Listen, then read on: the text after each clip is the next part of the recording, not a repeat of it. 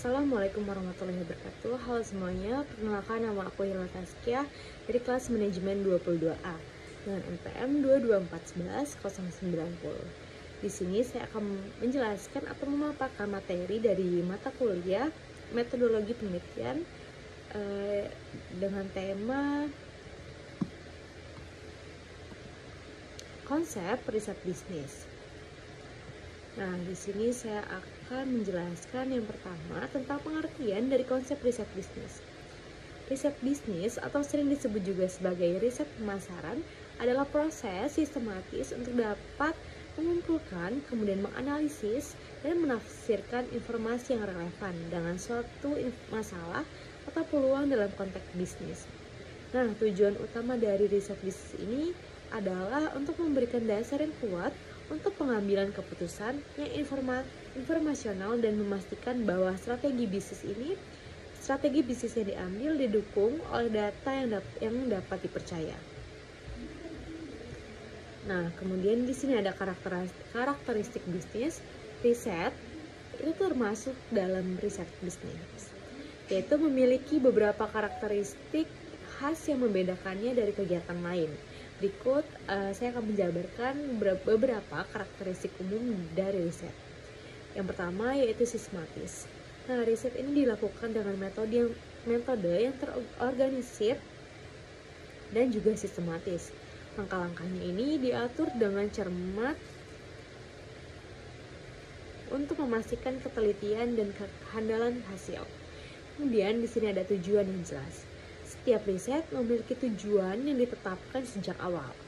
Tujuan ini mungkin mencakup pemahaman lebih baik tentang suatu fenomena, kemudian pengembangan solusi untuk masalah tertentu atau penilaian terhadap suatu aspek bisnis.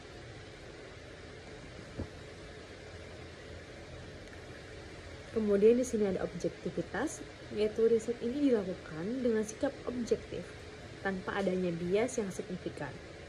Data dan hasil harus mencerminkan realitas tanpa adanya pengaruh dari opini atau preferensi peneliti. Kemudian ada pengumpulan data. Riset ini melibatkan pengumpulan data yang relevan untuk menjawab pertanyaan penelitian atau mencapai tujuan riset. Data dapat diperoleh melalui berbagai metode seperti misalnya survei, kemudian wawancara, observasi, atau analisis data sekunder. Kemudian selanjutnya ada analisis dan juga interpretasi. Nah, data yang terkumpul ini dianalisis dengan menggunakan metode statistik atau analisis kuantitatif tergantung pada jenis riset. Hasil analisis ini kemudian diinterpretasikan untuk mendapatkan wawasan yang bermakna. Setelah tadi sudah membahas tentang karakteristik riset, setelah itu terdapat klasifikasi riset.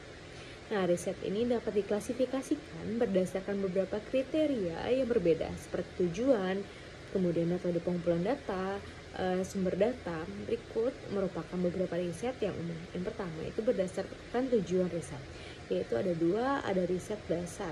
Riset ini dilakukan untuk dapat memperluas pemahaman ilmiah tanpa keperluan langsung untuk menghasilkan produk atau solusi praktis.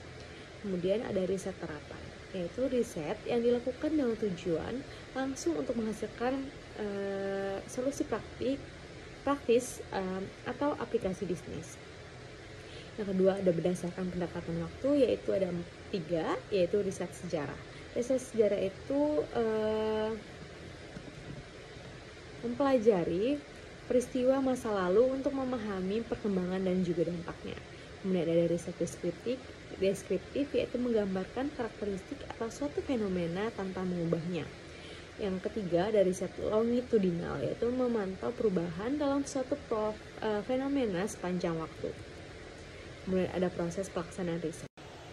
Baik, itu saja yang dapat saya sampaikan dalam materi riset bisnis dari mata kuliah metodologi penelitian ini. Kurang lebihnya saya mohon maaf. Saya akhiri. Wassalamualaikum warahmatullahi wabarakatuh.